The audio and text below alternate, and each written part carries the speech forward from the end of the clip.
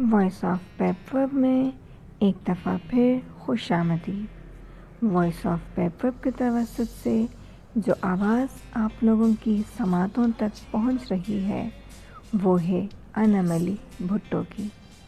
السلام علیکم سامعین، اللہ تعالیٰ سے آپ سب کی نیک خیریت مطلوب ہے۔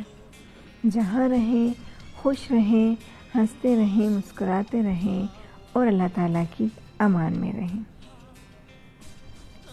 جیسے کہ آپ لوگوں کا علم ہے کہ وائس آف پیپ ورب اس دفعہ آیا ہے کچھ نئے انداز سے۔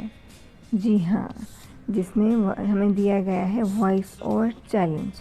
اس چیلنج میں ہم وائس آف پیپ ورب کے لوگ ہی دو گروپس میں ہو کر آئے ہیں، ایک ہی کلب پوئٹری اور ایک ہی کلب پروز۔ مجھے یعنی کہ انعم علی بھٹو کو آپ سن سکیں گے کلب پروز میں۔ تو کلب پروز میں آج میں نے جن لیکھکا کی تحریر منتخب کی ہے ان کا نام ہے طیبہ سید۔ طیبہ سید کے بارے میں آپ کو بتاتی چلوں، بہت اچھی رائٹر ہیں، بہت اچھا لکھتی ہیں، بہت خوبصورت لکھتی ہیں، اور انہوں نے ہیومن لائبریری میں بھی لکھا ہے۔ زیادہ تر انہوں نے پروز میں لکھا ہے اور ہیومن لائبریری کے ساتھ ساتھ یہ مائکرو ٹیلس کے سیگمنٹ میں بھی پارٹیسپیٹ کرتی ہوئی آئی ہیں۔ تو آج میں نے ان کی تحریر لی ہے پروز اردو میں سے، جس کا عنوان ہے خالی پن۔ تو چلیے شروع کرتے ہیں، امید ہے آپ کو پسند آئے گی۔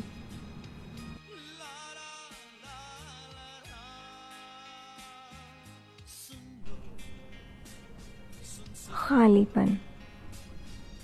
خالی پن وہ کیفیت ہے جو خیالات کے ہجوم میں کسی ایک خیال کو خود پر حاوی کر لینا، کہ شور ہنگامے ہلچل میں بھی سکوت ہی سکوت نظر آنے لگے، گھڑی کی ٹک ٹک کا درمیانی فاصلہ صدیوں پہ محیط ہونے لگے، اور ریل کی پٹری پہ ریل کے پہیوں کی رفتار چیونٹی کی رفتار کے برابر آن ٹھہرے۔ سوچ کی روشنی زیرو وولٹ کے بلب کی مانند پھیکی پڑنے لگے، اور چاندنی محض ایک پرانے سفید ململ کا ٹکڑا نظر آئے۔ تو کبھی ہواؤں کی سانسیں مقید ہونے پر آ جائے اور سنگ مرمر کی دیواریں یقان زدہ اور نیلا آسمان بیدگی کی ساڑی باندھے شکوہ کن دکھے، تو کبھی آنکھیں بصارت کے بوجھ سے آشوب زدہ ہو جائیں۔ یہ علامتیں ہیں کہ کوئی روح شکن تمہاری روح کو دو حصوں میں چیر گیا ہے، جسے ہزار بار مرہم لگانے کے بعد بھی خلا رہ گئی ہے، اور یہی خالی پن ہے، اور یہی خالی پن ہے۔